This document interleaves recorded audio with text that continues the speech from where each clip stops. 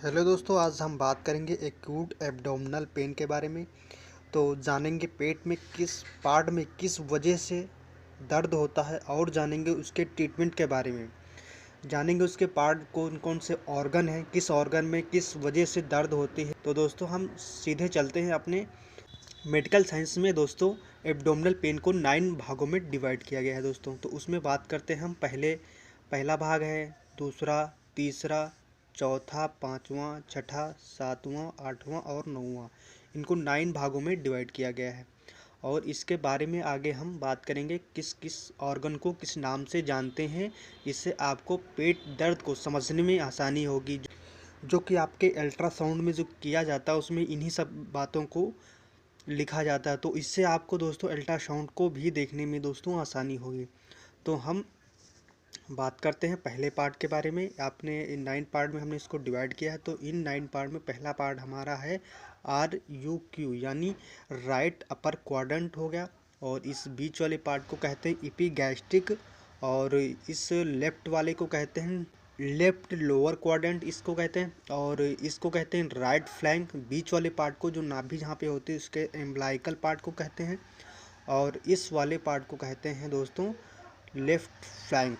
और सबसे नीचे वाला पोर्शन जो हमारा होता है उसे कहते हैं RLQ यानी कि राइट लोअर क्वाड्रेंट हो गया, और इस बीच वाले पार्ट को कहते हैं सुप्राप्यूबिक। ये सुप्राप्यूबिक की एरिया हो गई, और इसे कहते हैं दोस्तों लेफ्ट लोअर क्वाड्रेंट, इसे कहते हैं लेफ्ट लोअर क्वाड्रेंट।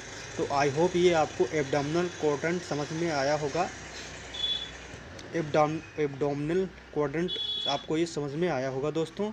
इसी इसी इसको समझ लेते हैं तो आपको आपके पेट के जो भाग हैं उनको समझने में आसानी होती है। आगे बात करते हैं हम दोस्तों इसके।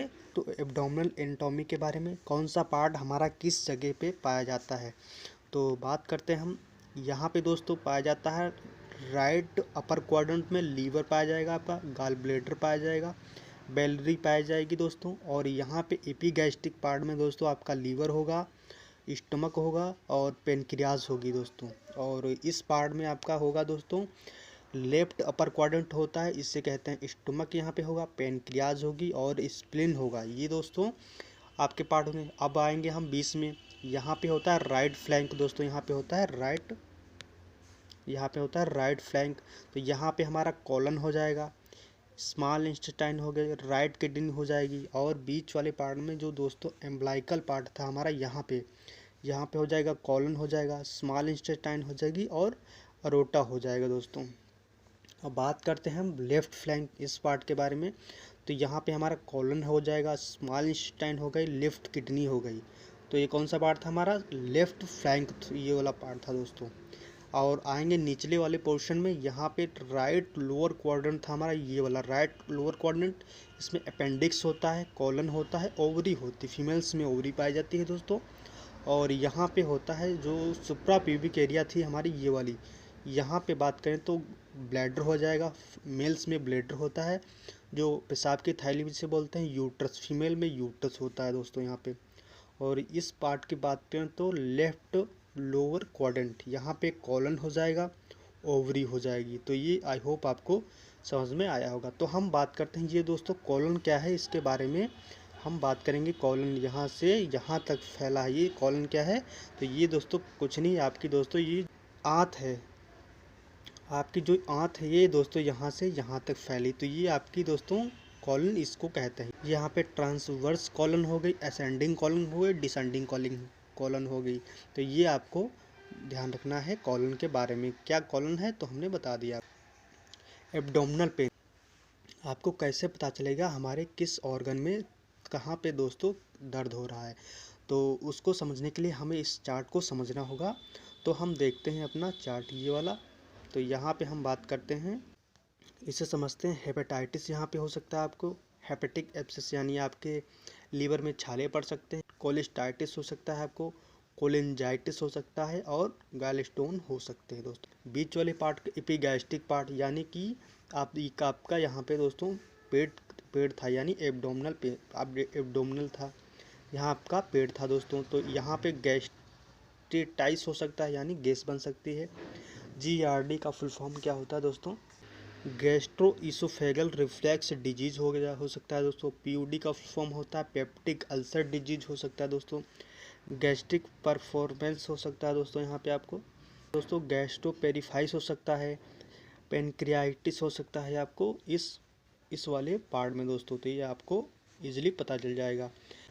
लेफ्ट अपर क्वाड्रेंट ये वाला हो जाएगा हमारा। यहाँ पे क्या होता है पेनक्रियाइटिस, यानी पेन में आपके इन्फेक्शन हो जाना, पेनक्रियाटिस में आपके इन्फेक्शन हो जाना, स्प्लेनिक इन्फेक्ट हो जाना, स्प्लेनिक एब्सेस यानी आपके पेट में छाले पड़ जाना दोस्तों। ये दोस्तों आपको इजीली समझ में आया होगा। बात करते हैं इस पार्ट के राइट फ्लैंक यहाँ पे कौन से ऑर्गन होते हैं। किडनी हमारी होती है, फिलोनोफेरेटाइस होती है, कोलाइटिस होता है। अगर इन दर्द होता है इस पार्ट में आपके राइट फ्लैंक में, तो इन ऑर्गन में आपको समस्या हो सकती है। यहाँ पे बात करते हैं हम एसबीओ का फुल फॉर्म क्या होता है दोस्तों, स्मॉल बाउल ऑब्स्ट्रक्शन होता है। गैस्ट्रोइंटेराइटिस हो सकता है, यानी आपके पेट में छाले पड़ सकते हैं, आपके पेट में इन्फेक्शन हो सकता है। और क्या है मेसेंट्रिक इस्कीमिया दोस्तों ये होता है। रिपोर्टेड ट्रिपल ए क्या मतलब होता है एब्डोमिनल एओर्टिक न्यूरिज्म होता है। यहाँ पे समस्या आपके ये भी हो सकती है दिक्कत दोस्तों। और बात करते हैं हम इस पार्ट की लेफ्ट फ्लैंक, यहाँ पे किडनी स्टोन हो सकता है आपको, पिलोनेफ्राइटिस हो सकता है, कोलाइटिस हो सकता है दोस्तों इस वाले पार्ट में आपके। बात करते हैं निचले हम पार्ट के, जो नीचे वाला पार्ट होता है सबसे नीचे वाला पार्ट, इसके बारे में हम देखेंगे। लेफ्ट लोअर क्वाड्रेंट ये वाला था हमारा। तो यहाँ पे क्या समस्या हो सकती है, एपेंडिसाइट्स हो सकता है, कोलाइटिस हो सकता है, ओवरी टॉर्सन हो सकता है। और TOA का फुल फॉर्म होता है ट्यूबो ओवेरियन एब्सेस। और ओवरीसिस्ट यानी ओवरी में आपके गांठ पड़ सकते हैं, फीमेल्स में ये होता है। सिस्टाइटिस हो सकता है। PID का फुल फॉर्म होता है पेल्विक इन्फ्लामेटरी डिजीज़ होता है, या इन्फेक्शन कहते हैं इसको। प्रेगनेंसी ऑक्टोपिक हो सकता है दोस्तों, ये आपके इस सुप्रा प्यूबिक एरिया में आपके ये परेशानी हो सकती है। बात करते हैं हम इसे लेफ्ट लोअर क्वाड्रेंट के बारे में। ये वाला लेफ्ट लोअर क्वाड्रेंट होता है हमारा। तो यहाँ पे बात करते हैं हम कोलाइटिस के बारे में। कोलाइटिस हो सकती है, डाइवर्टिकुलाइटिस हो सकता है, ओवेरियन टॉर्सन हो सकता है, और यहाँ ओवरी सिस्ट हो सकती है, फीमेल्स में होता है दोस्तों। इसके कुछ ट्रीटमेंट के बारे में हम देखेंगे। तो इसके कॉजेज़ क्या होते हैं जो है हमने बताया आपको पीछे, गैस बनना, कॉन्स्टिपेशन, इंडाइजेशन हो सकता है आपको, फूड एलर्जिक हो सकता है आपको, जो फूड खाया है उसको एलर्जिक हो सकता है, एलर्जी रिएक्शन हो सकता है उसका। और इरिटेबल बाउल सिंड्रोम भी हो सकता है। डायरिया यानी दस्त लगना, स्टमच वायरस यानी पेट में वायरस आपके हो जाना। तो इन सब कॉजेज़ को तो हमें पता लगता है आपके पेट में कोई समस्या है। तो बात करते हैं इसके ट्रीटमेंट के बारे में। तो अगर आपके पेट में दर्द हो रहा है तो डाइक्लोफेनिक इंजेक्शन का यूज़ कर सकते हैं। एब्डोमिनल पेन में डाइक्लोफेनिक इंजेक्शन का यूज़ कर सकते हैं, और बॉडी पेन में इसका यूज़ कर सकते हैं। अगर आपके बॉडी पेन है तो भी इस इंजेक्शन का यूज़ कर सकते हैं। जॉइंट पेन है, यानी कि आपके घुटनों में, कमर में दर्द है, तो जॉइंट पेन की तरह से इसको हाथों पैरों में दर्द है तो यूज़ कर सकते हैं। सीवर पेन है, आपके बहुत ही ज़्यादा पेट दर्द है, तो उसमें इसको यूज़ कर सकते हैं। मसल्स पेन, अगर आपको मसल्स पेन हो रही है तो डाइक्लोफेनिक इंजेक्शन का यूज़ कर सकते हैं। इसका नाम है डायनापार एक्वा। ये दोस्तों इसका ब्रांड नेम है, इसका शॉर्ट नेम है। तो डायनापार एक्वा नाम से ये फेमस है दोस्तों। आगे बात करते हैं डाइसाइक्लोमिन प्लस डाइक्लोफिनेक इंजेक्शन। ये कॉम्बिनेशन का इंजेक्शन है और ये बहुत ही अच्छा है, एब्डोमिनल पेन में बहुत अच्छा काम करता है। और एब्डोमिनल क्रैम्प्स अगर आपके पड़ गए हैं तो उसमें भी ये dicyclomine plus diclofenac injection use किया जाता है। डिस्कम्फर्ट अगर आप महसूस करते हैं, अगर बॉडी में कहीं पे कोई दिक्कत है, तो उसमें भी इस इंजेक्शन का यूज़ किया जा सकता है। रिलैक्सिंग एब्डोमिनल मसल्स, यानी रिलैक्सिंग एब्डोमिनल मसल्स में भी इस इंजेक्शन का यूज़ किया जाता है।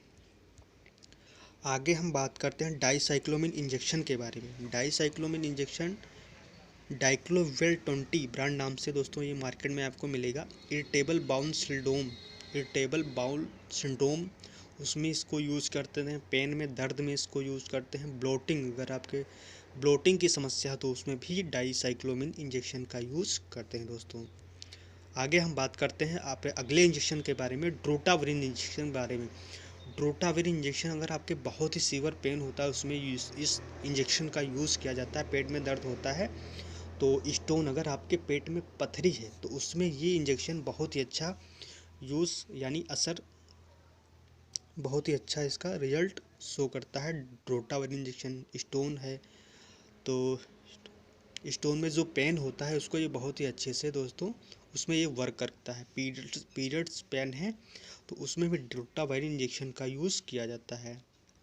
पेन कोलन और गैस्ट्रोइसोफेगल तो उसमें इसको यूज़ करते हैं। एब्डोमिनल पेन, अगर आपके पेट में दर्द है तो भी ड्रोटावायरिन इंजेक्शन का यूज़ करते हैं दोस्तों। आगे बात करते हैं हम हायोसिन इंजेक्शन। हायोसिन इंजेक्शन ही बहुत ही अच्छा एक इंजेक्शन है जो कि आपके पेट दर्द को आसानी से कम करता है। तो बात करते हैं इसका यूज़ कहाँ पे होता है। सीवियर पेन, अगर आपके बहुत ही ज़्यादा पेट में दर्द है तो उसमें इसका यूज़ करते हैं। एब्डोमिनल पेन है उसमें आपका इस इंजेक्शन का यूज़ करते हैं। कॉन्स्टिपेशन यानी कब्ज़ की आपको समस्या है तो उसमें भी हायोसिन इंजेक्शन का यूज़ करते हैं। रिलीव्स क्रैम्प्स यानी जो क्रैम्प्स पड़ जाते हैं रिलीव्स आपके पेट में, उसमें इसका यूज़ करते हैं। इरिटेबल बाउल सिंड्रोम में भी इसका यूज़ करते हैं।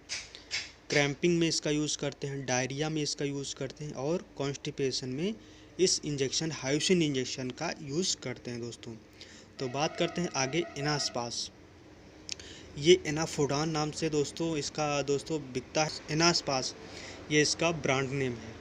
तो ये दोस्तों बहुत ही अच्छा, किडनी स्टोन में इसका यूज़ बहुत ज़्यादा किया जाता है। किडनी स्टोन में इसका यूज़ बहुत ही ज़्यादा किया जाता है तो ये दर्द में, किडनी स्टोन के दर्द में बहुत जल्दी रिलीफ देता है।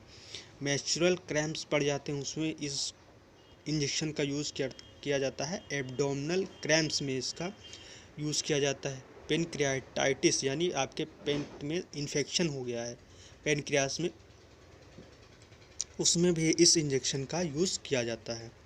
आगे बात करते हैं हम, अगर आपके पेट में गैस बन गई है तो उसमें किस इंजेक्शन का यूज़ करेंगे। तो पहला इंजेक्शन है पेंटाप्रोजोल इंजेक्शन, बहुत ही फेमस, पेंटॉफ नाम से बहुत ही फेमस इंजेक्शन है।